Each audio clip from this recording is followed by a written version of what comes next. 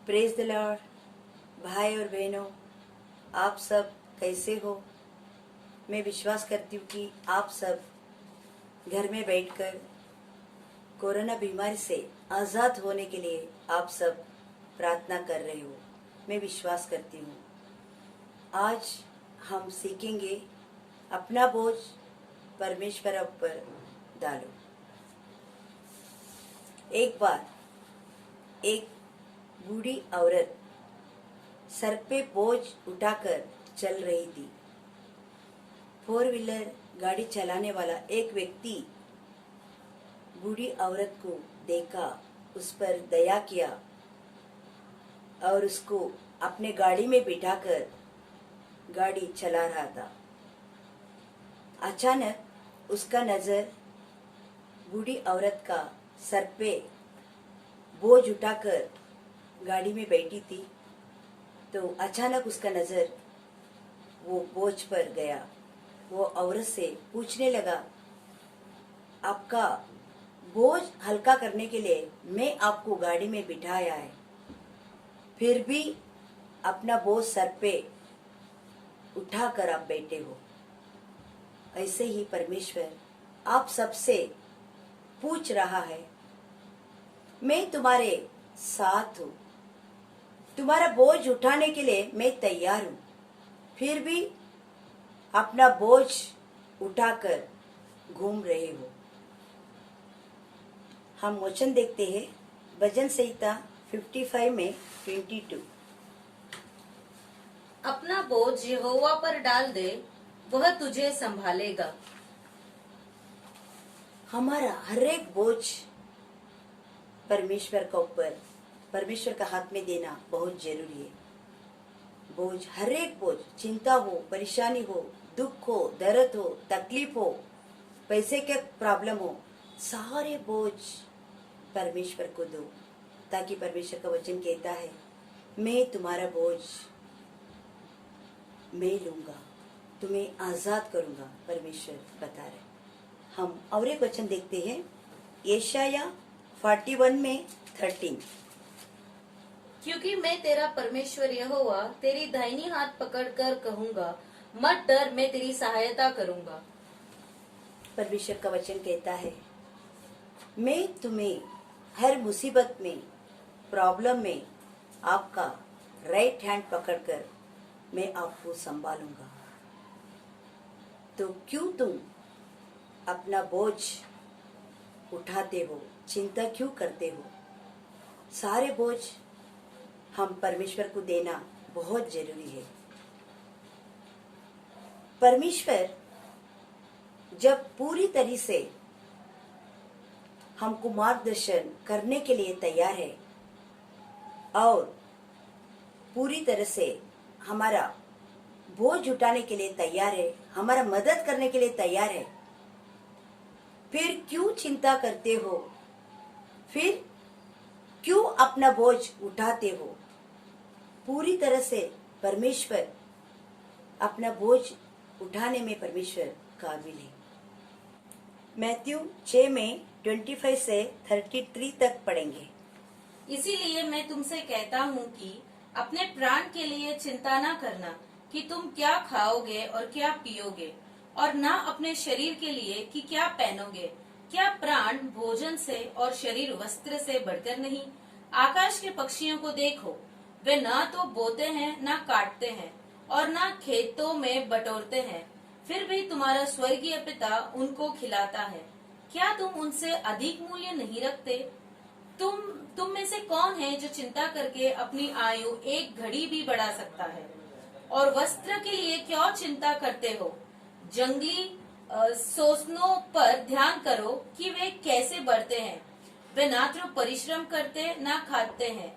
तब भी तुमसे कहता हूँ कि सुलेमान भी अपने सारे वैभव में उनमें से किसी के समान वस्त्र पहने हुए न था। इसीलिए जब परमेश्वर मैदान की घास को, जो आज है और कल बाढ़ में झोंकी जाएगी, ऐसा वस्त्र पहनाता है, तो हे अल्पविश्वासियों, तुमको वह इनसे बढ़कर न पहनाएगा? इसलिए तुम चिंता करके यह ना कहना कि हम क्या खाएंगे या क्या पिएंगे, ये क्या पहनेंगे, क्योंकि अन्य जाति इस सब वस्तुओं की खोज में रहती है। पर तुम्हारा स्वर्गीय पिता जानता है कि तुम्हें इन सब वस्तुओं की आवश्यकता है। इसलिए पहले तुम परमेश्वर के राज्य और उसके धर्म की खोज करो, तो यह सब वस्तुएं भी तुम्हें मिल जाएंगी।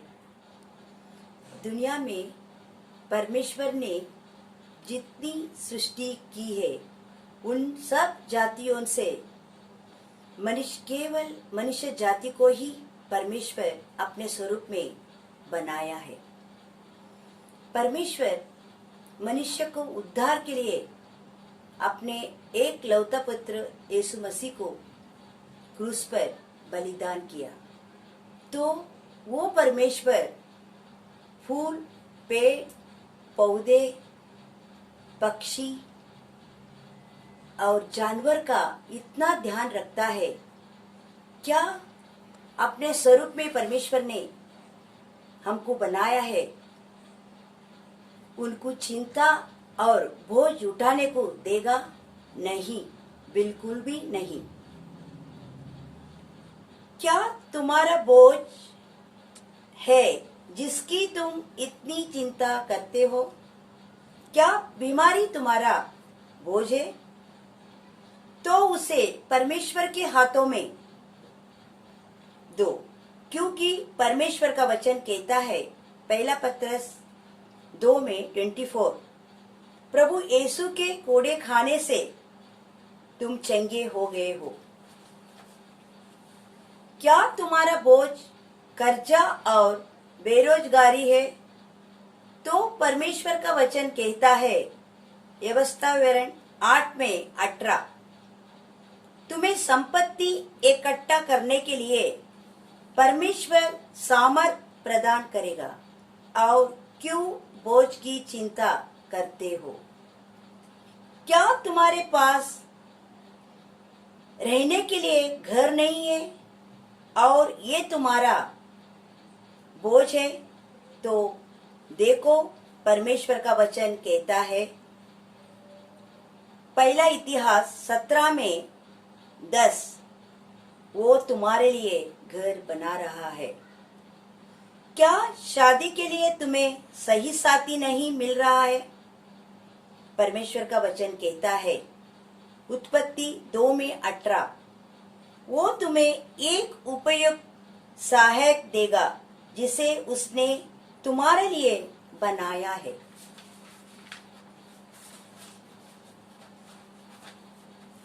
क्या तुम्हारा बोझ ये है कि तुम्हारा कोई बच्चे नहीं? तो मेरे भाई और बहनों, इस बोझ को परमेश्वर पे डालो, क्योंकि उसने बांझ हन्ना, राहेल, रेबक्का को गर्भ का फल दिया और सारा और मरियम की बहन एलिशिबा को बुढ़ापे में पुत्र उत्पन्न हुए। क्या तुम्हारा बोझ तुम्हारे अन्य आज्ञाकारी बच्चे हैं? अपने बोझ परमेश्वर पर डालो, क्योंकि परमेश्वर का वचन कहता है, यशाया 54:13, कि तुम्हारे संतान परमेश्वर द्वारा शिक्षित होंगे। उन्हें परमेश्वर के हाथों में समर्पित कर दीजिए। क्या तुम्हारे बोझ अशांति या मानसिक तनाव है जो तुम्हें चैन से सोने नहीं देती और तुम हमेशा चिंता में रहते हो? तो अपने बोझ को परमेश्वर के हाथों में सौंप दो, क्योंकि यीशु खुद कहता है, मैथ्यू 11:28, बोझ से दबे हुए लोगों, मेरे पास आओ, मैं तुम्हें विश्राम दूंगा। क्या कोई अन्य परेशानी है जिसका तुम बोझ उठा रहे हो? जान लो, परमेश्वर का वचन कहता है, परमेश्वर के लिए सब कुछ संभव है। अपने सब बोझ, सारी चिंता परमेश्वर पे सौंप दो। वो अपने समय अनुसार सही समय पर सब कुछ ठीक करेगा। आमीन। आइए हम सब प्रार्थना करेंगे। धन्यवाद करते पिता परमेश्वर,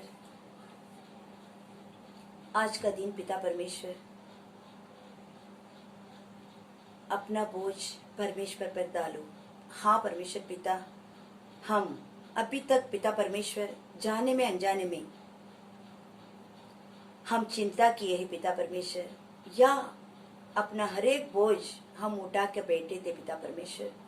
आज तेरा पवित्र वचन के द्वारा पिता परमेश्वर हम सभी को पिता परमेश्वर अपना चिंताओं को, बोझ को उठाने के लिए तो तैयार है करके हमको मालूम पड़ा पिता परमेश्वर। आज से हमारा हर एक बोझ, हर एक चिंता तेरे हाथों में सौंप देते पिता परमेश्वर। पिता परमेश्वर हमारा जो भी खर्चा का बोझ है पिता परमेश्वर हम तुझ पर सौंप देते राजा। तू आशीषित करेगा राजा। क्या बीमारी है तो अपना बीमार का बोझ तेरे हाथों में देती राजा, सभी को तू चंगा करेगा परमेश्वर पिता। क्या अपना बच्चे का शादी नहीं हो रहा है, क्या अपने बच्चे परमेश्वर पिता माता पिता का अधीन नहीं है परमेश्वर पिता, ये बोझ तेरे हाथों में देती राजा।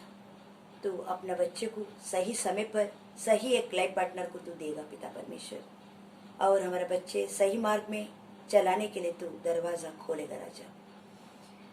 पिता परमेश्वर सौलुस को अनाज्ञाकारी था पिता परमेश्वर, आपका विरोध था पिता परमेश्वर, वो सौलुस को तूने आशीष का रूप में तू बदल दिया पिता परमेश्वर। जैसा अपने बच्चे को भी तूने आशीष का रूप में बदलेगा राजा।